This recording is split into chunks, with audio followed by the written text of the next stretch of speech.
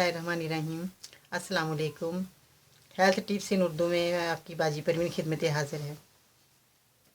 मैं आपको बता रही हूँ ये एक नया नुस्खा है जो कि दमे के बारे में है। और दमा जो है वो इंसान को खांसी नज़ले ज़ुकाम से होता है, जिस जो कि पसलियों में दर्द भी होता है, सांस लेने में दुश्वारी भी होती है और सांस जो है बड़ी मुश्किल से आता है और मरीज़ को बहुत दिक्कत होती है, सोने में परेशानी बहुत होती है, वो सो नहीं पाता और खांसी भी उसके साथ होती है, नज़ला भी पानी की तरह बहता है और सर में भी दर्द, इसी वजह से सर में दर्द हो जाता है।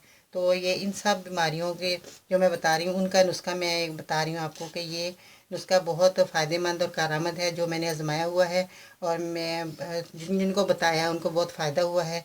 दवाई ये है कि ये देखें, ये है, आप देख रही हैं इसको, ये सौंठ है, अदरक की सूखी हुई सौंठ है जो हर पंसारी की दुकान पे आसानी से मिल जाती है। ये देखें, ये आपने इतनी लेनी है जितनी मैंने आपको दिखा रही हूँ और ये 25-25 ग्राम आपने लेनी है। जैसे ये है काकड़ सिंगी, ये काकड़ सिंगी भी पंसारी की दुकान पे मिल जाएगी आसानी से।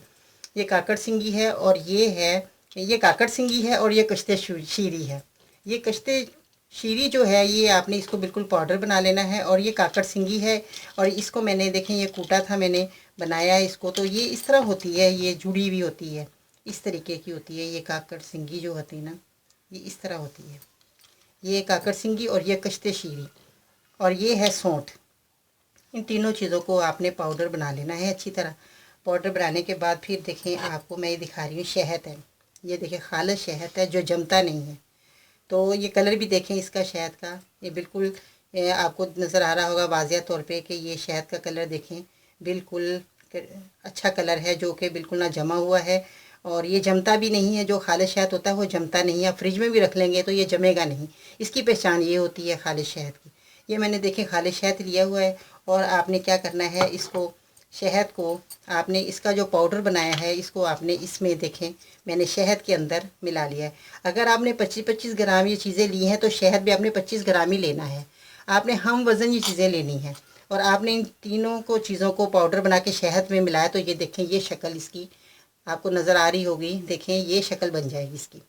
जब हमने ये चीज़ें मिक्स करी तो शहद के अंदर ये मैंने देखो पीस के इनको मिलाया है। तो ये आपने ये अच्छी तरह इसको मैश कर लेना है पाउडर के अंदर शहद को। जब ये शहद के अंदर मिक्स हो जाएगी सब चीज़ें तो फिर आपने 1 चमचा रात को सोते वक्त मरीज़ को देना है।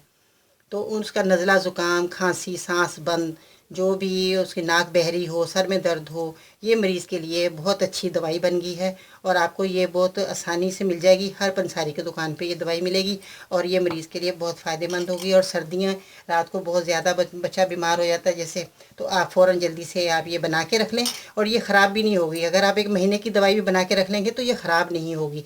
आपने फिर रोज़ाना रात को 8 दिन तक आपने ये दवाई मरीज़ को खिलानी है। एक आधा चम्मच बड़े को 1 चम्मच और छोटे को आधा चम्मच आपने ये इस तरीके से ये दवाई आपने इस्तेमाल करवानी है। तो ऊपर से पानी नहीं पिलाना और जब ये मरीज़ सोने लगे, बच्चा सोने लगे या बड़ा सोने लगे तो उसको आपने सोते वक्त ये चम्मच देना है, उसके बाद आपने सुला देना है। और ऊपर से कुछ पानी वगैरह या दूध कोई चीज़ नहीं आपने देनी और मरीज़ को देखना इंशाल्लाह ताला सुबह तक काफ़ी हद तक अफाका होगा। आप मुझे दुआ में याद रखें।